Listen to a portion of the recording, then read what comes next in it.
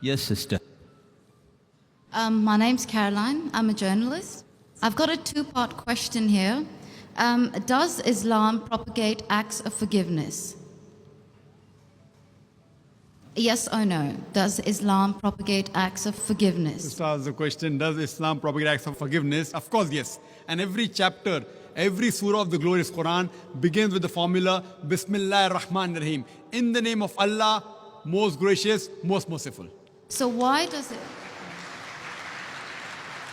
Yes, sister. Second part of the question. And the second part of the question is, why does it Yes, no permit? Why does Islam permit honor killings? Honor killing. Yes. What do you mean by honor killing, sister? Honor killing, the right to avenge your brother's blood in the name of Allah.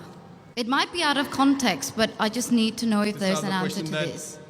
If I get you mean honor killing means if someone kills any human being to take revenge. Yes.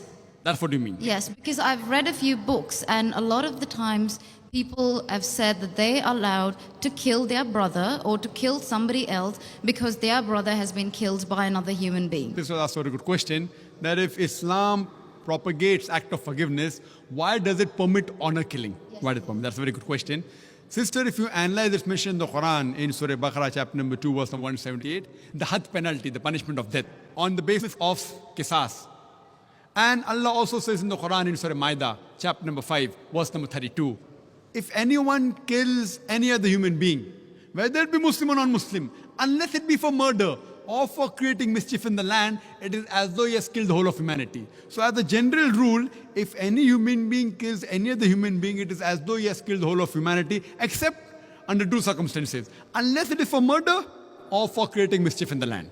Now, there are two exceptions where Islam gives permission where you can kill any other human being. Number one is, if that person has committed murder, which comes in your scope of question, honor killing. Number two is if he is creating fasad, corruption in this land.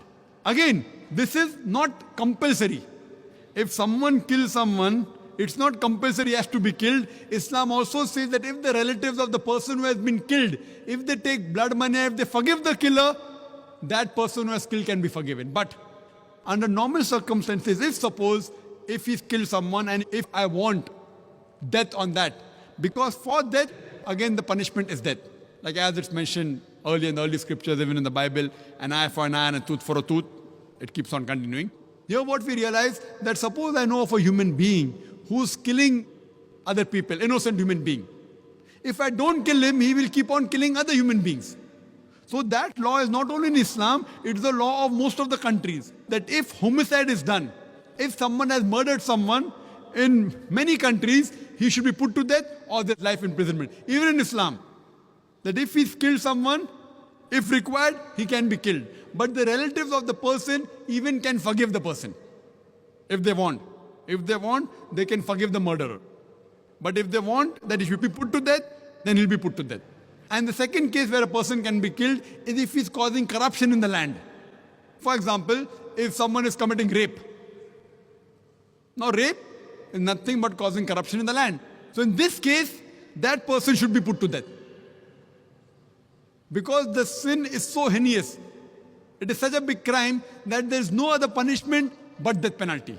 And I have asked this to many non-Muslims, that God forbid, if someone rapes your mother, and if you are made the judge, and if the rapist is brought in front of you, what punishment will you give him? And 100% of the non-Muslims, they told me that we will put him to death. Some went to the extreme of saying we will torture him to death. So why these double standards? You know, in America, which happens to be one of the most advanced countries in the world, according to the FBI statistics, in 1990, every day on average, 1,756 cases of rape took place. According to 1996 statistics, US Department of Justice, every day 2,713 cases of rape took place. 1990, 1,756. 1996, 2,713. Maybe the Americans got more bold. That means every 32 seconds, one rape is taking place in America. We are here in this auditorium for the past about 3 hours. Already more than 300 rapes may have taken place in America.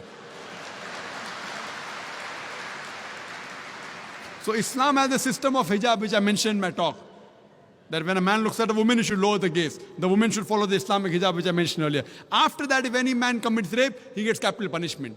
Even the American law says that 7 years rigorous imprisonment for a rapist, but most of the time he's let free. So when you ask even a non-Muslim, what punishment will you give? 100% say we'll put him to death. There was one American who was a smart aleck. In America, he told me, brother ذاكر, first I will give him 5 years rigorous imprisonment. I told him, do you know, according to the States of America, out of those that commit rape, after the imprisonment and after they're let free, more than 95% commit rape again. So if you want your daughter and your mother to be raped again, you're most welcome. I don't want that. So he said, if that's the case, in the first time itself, put him to death. So in such cases, where there's corruption of land like rape, etc., Islam gives permission, death penalty can even be given for that case. Hope that answers the question, sister.